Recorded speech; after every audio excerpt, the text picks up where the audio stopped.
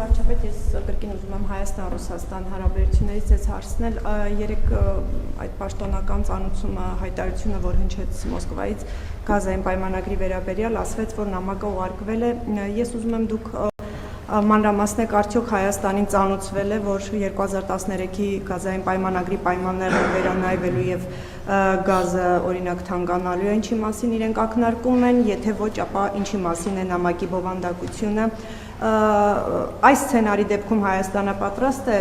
ֆինանսապես գազը թանկ գնով ձեռք բերել Ռուսաստանից։ Երեք դուք հարթակներից քարոզարշավի ընթացքում ասում էիք, որ այդ բոլոր խնդիրները կլուծեք հունիսի 7-ից հետո,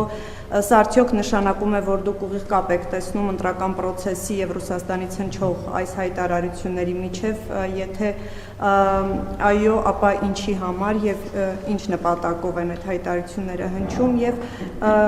որ վստահություն ունեք, որ խնդիրները կլուծվեն, խնդրեի նաեւ դա մանրամասնեիք,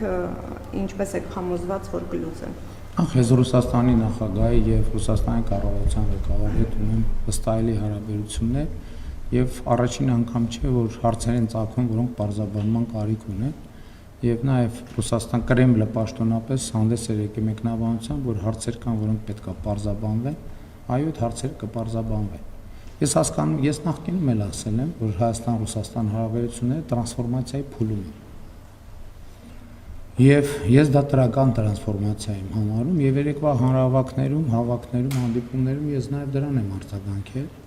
ասելով, որ Հայաստանը այլևս այն երկիր չի, որ պլեջի կամ ծիպուլի հույսին է եւ երբ որ հանկարծ լուր տարածվի, որ կարտոշկի գինը 5 դրամով բան անում, բարձրանում է ժողովրդի ճնշումը բարձրանում։ Հայաստանի Հանրապետությունը այլևս հազարների եւ տասնյակ հազարների երկիր չի, Հայաստանի Հանրապետությունը միլիարդների եւ տրիլիոնների երկիր է։ Ինչ վերաբերվում է 2013 թվականի պայմանագրին մնացած հարցերին, այս ընթացքում շատ process-ներ են եղել, մարդիկ տեղակել չեն եղել։ Եվ մենք, այսինքն նմանատիպ process-ներ այս ընթացքում մի քանի անգամ եղել են։ Մի քանի անգամ։ Բայց Հայաստանի քաղաքացին ոչ մի անգամ չի զգացել դա, որովհետեւ մենք աշխատել ենք, աշխատանքային կարգով լուծումներ գտել ենք։ Ես համոզված եմ, որ այս անգամ էլ լուծումները կգտնենք։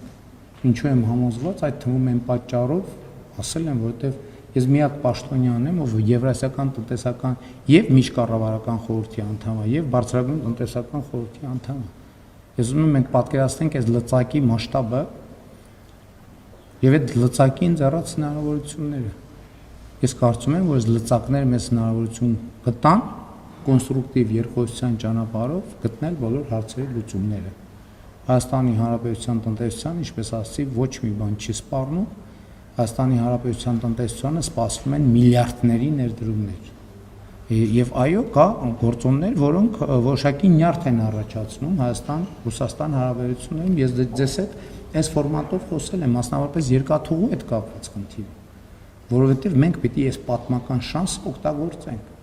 Ես դրա մասին խոսել եմ, ես համոզված եմ բովանդակությունը հիշում եք ինչի մասին էր խոսքը, մենք այդ օրակարգից չենք պատրաստվում հրաժարվել,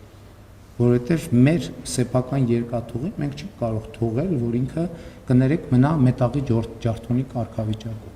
Ինքը տարանցման մեծ պոտենցիալ ունի եւ ելի մենք Ռուսաստանի Դաշնության գործընկերների հետ աշխատելու ենք, որպեսզի փոխշահավետ լուծումներ գտնվեն։ Եվ մենք կարծում եմ Հայաստանի Հանրապետությունում էլ այնպես չի, որ էլի ես խոսում եմ, որ մենք մեր հարաբերությունները դիվերսիֆիկացնելու ենք եւ մենք Հայաստանում Ռուսաստանի շահերին չենք դիպչում։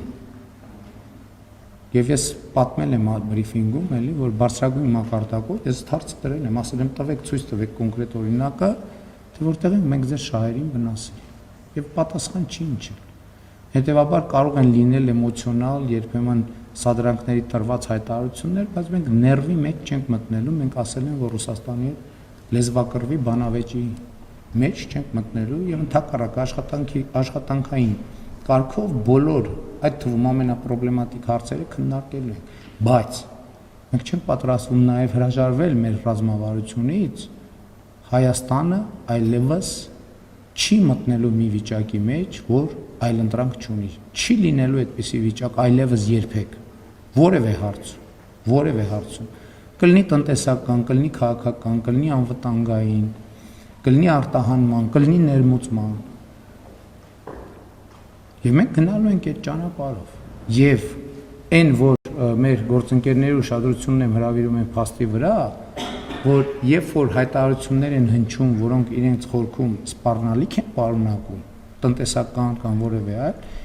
այդպիսի հայտարարությունները եւս մի փաստարկ են, որ X պահի պետքա որոշումներ կայացնել եւ բալանսի բերել բոլոր հարաբերությունները, այդ թվում եւ տնտեսական։ Նամակի մասին ասեցի, այդպիսի նամակներ մենք այդպիսի նամակներ մեզ համար նորություն չէ։ Վերջին 8 տարում մենք այդպիսի նամակներ մի քանի անգամ ստացել ենք եւ այդ նամակների շուրջ աշխատանքի մեր փորձը, ձևաչափերը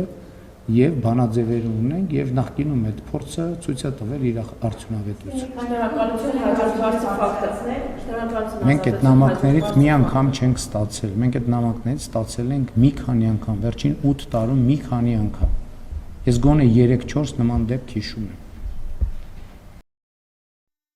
Հավանիչ տեսանյութը եւ բաժանորդագրվիչ նորությունները բաց չթողնելու համար